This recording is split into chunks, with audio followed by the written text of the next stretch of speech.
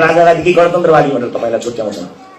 मैले उपचार गर्ने अस्पतालमा मलाई ठूलो रोग लाग्दाखेरि धनी मान्छेले पाउने स्वास्थ्य सुविधा म गरिब किसान दलित मजदुरको छोरो भएर छोरी भएर पनि पाउँछु कि पाउँदिन, मेरो मुद्दा पहिलो मुद्दा यो हो। त्यस पछाडि अरू मुद्दामा कुरा गरौँ।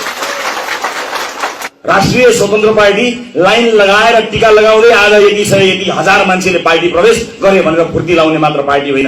राष्ट्रिय स्वतन्त्र पार्टी आज यति सय यति हजार मान्छेलाई सामूहिक कारवाही गरियो भनेर भन्ने आँट र साहस राख्ने पार्टी पनि हो। हेक्कारौँ यो पार्टीभित्र छिरेपछि त यसको प्राइमेरीलाई कब्जा गरेर यसका सदस्यहरूलाई पैसा दिएर मिलाएर चुनावमा यसो टाकटुक पारेर उम्मेदवार पनि दिन सकिन्छ।